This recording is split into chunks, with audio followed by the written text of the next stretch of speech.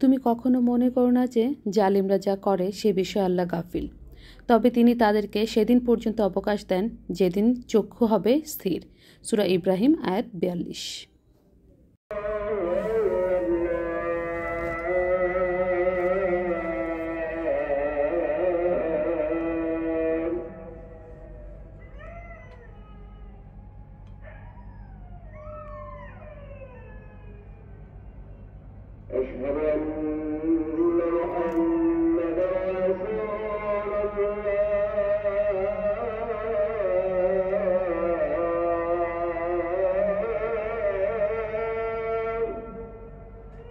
বিসমিল্লাহির রহমানির রহিম। আসসালামু আলাইকুম।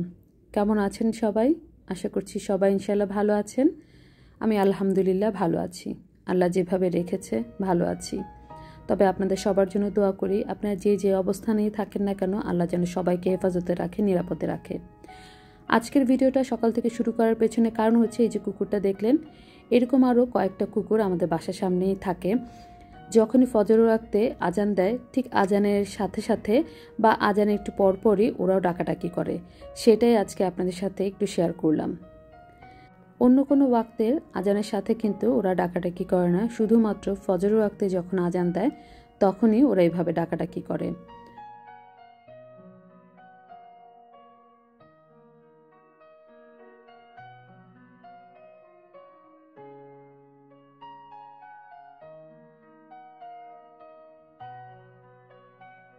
এই ভিডিওগুলো আগে থেকে অল্প অল্প করা ছিল, কিন্তু ভয়েস ওভার দেওয়ার কারণে পোস্ট করা হচ্ছিল না।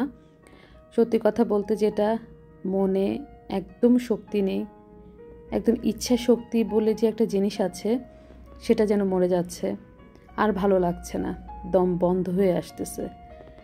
কি হচ্ছে কি এগুলো? কেন? আর কত? কিসের জন্য? কার জন্য?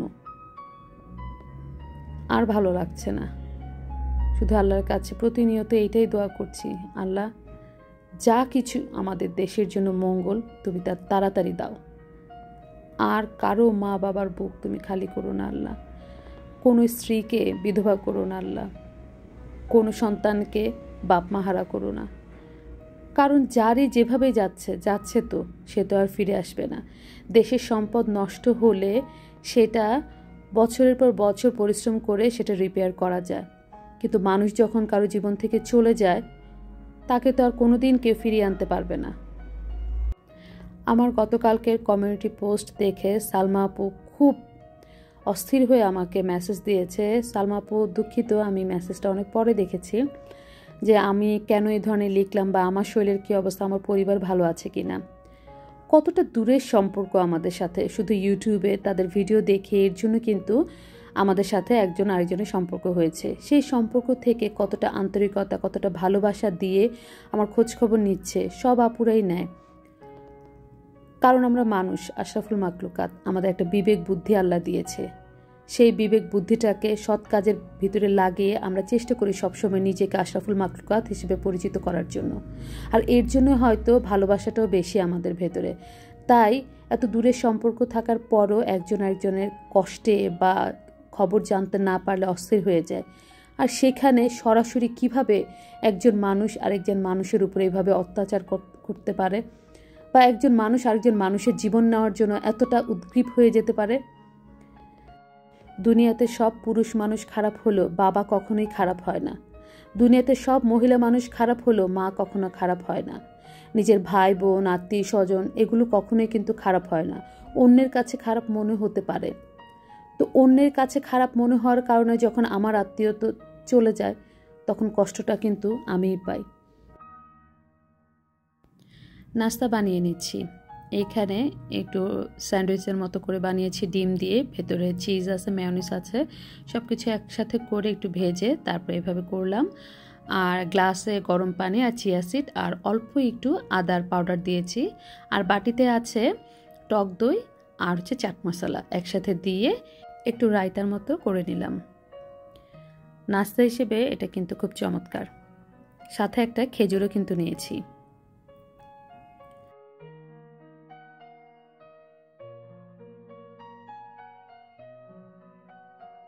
আমার নাস্তা খেতে কিন্তু আশেপাশে আরও অনেক কিছুই চলে আসছে। কারণ নাস্তাটা আসলে অনেক মজার ছিল।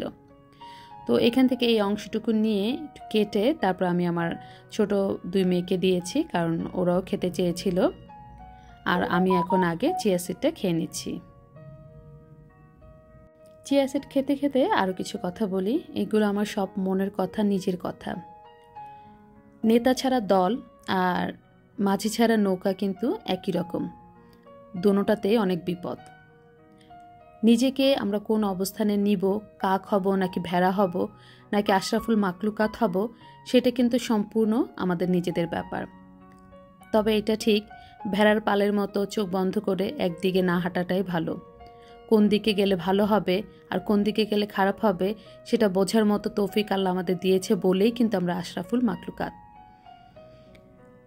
আসলে অনেক কিছুই হয়তো খোলামেলা বলতে পারছি না, কিন্তু মনের দুঃখগুলো আর চাপিয়েও রাখতে পারছি না। এর জন্য অনেক কিছু মুখ ফুসকে বের হয়ে যাচ্ছে, কিন্তু কাউকে কষ্ট দেওয়ার উদ্দেশ্যে বা কোনো জাতিগোষ্ঠীকে ছোট করে এই কথাগুলো কিন্তু বলছি না।